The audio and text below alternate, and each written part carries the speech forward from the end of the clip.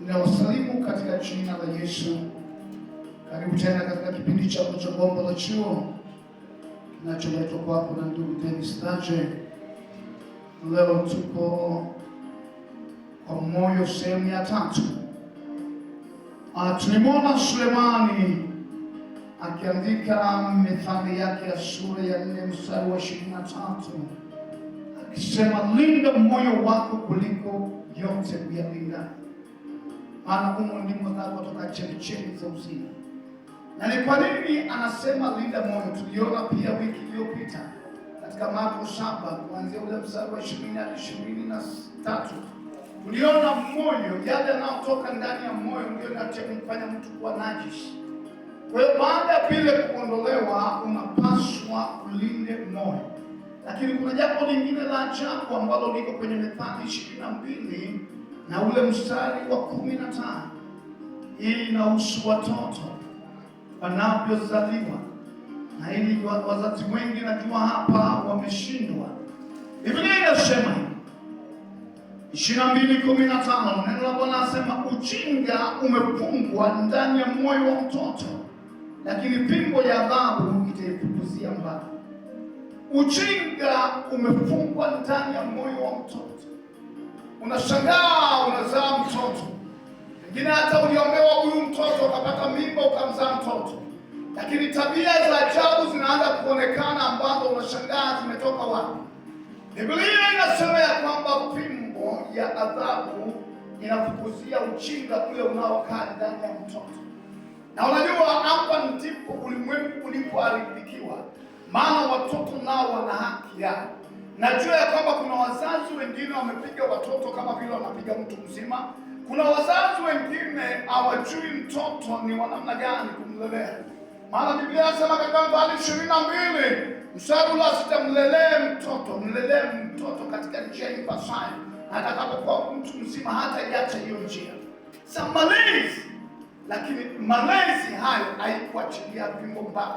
Asema fimbo ya adhabu ifukuzia ujinga unaokaa ndani ya moyo wa mtoto. Usimnyime mwanao mapigo, usimnyime adabu, hata kama ulimwengu unakataa ya kwamba mtoto ana haki zake, asitandikwe, asifanye nini. Kuna vitu ambavyo unaondoa, ila usimpige kama vile unapiga nyoka, usimpige kama vile unapiga nguruwe. Mpe adabu nzuri, akielewa makosa aliyofanya.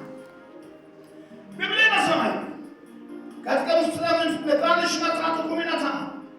Biblia inasema hivi 23:15, mwanangu, kama moyo wako una hekima, moyo wangu utafurahi na moyo wangu. Hapa baba na mwana au Mungu na kanisa, kama baba anapoona moyo wa mwanae una hekima, hasa moyo wake utafurahi. Mungu anapotuona tunamcha, tumeelekeza mioyo yetu kwake, hata baba naye moyo wake unafurahi. Sikiliza, jambo la ajabu linatendeka, na hili lazima uweze kujua. Mstari wa 17, moyo wako usiusudu kwenye dhambi, bali mche Bwana mchana kutwa. Mfundishe Bwana. Na wewe mtu mzima, hapa tunaujumlisho wote, mioyo yetu siusudu kwenye dhambi, watu maovu.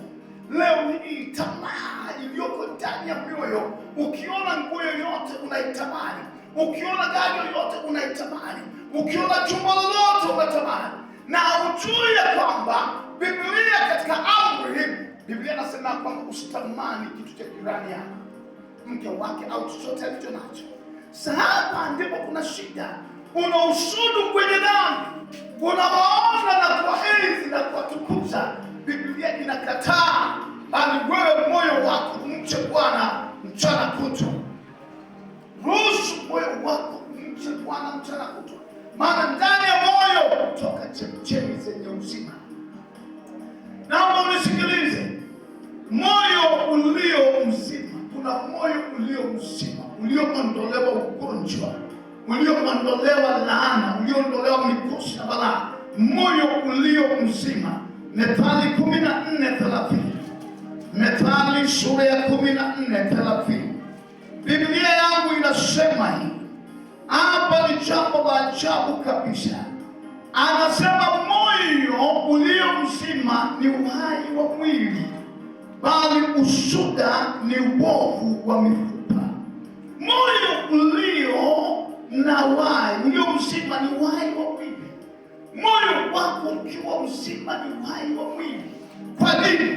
Kumbuka, mabaya yote, uzinzi, uasherati, uchafu, fitina, vurugu, ugomvi, vita, vyote kutoka ndani ya moyo.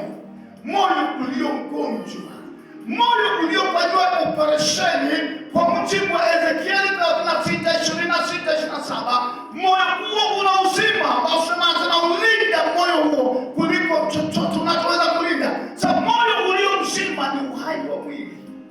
Hebu sikiliza hiyo siku. Unatembea kwa sababu moyo wako ni mzima. Moyo ulio mzima ni uhai wa mwili wako. Moyo ulio mzima unaweza kukuzia magonjwa, laana, mikosi, balaa ndani ya maisha yako, ukatembea na uhai wa Jehova. Maana Yesu yuko hai. Moyo wako ukiwa hai, Yesu yuko hai ndani ya moyo wako. Sikiliza mtu wa Mungu, hii lazima uweze kuamini na kutembea katika njia inayompendeza Mungu. Mungu wa Israeli akubariki, akuinue. Tukutane kwenye awamu ya 4 ya moyo. Jina la Yesu, amen.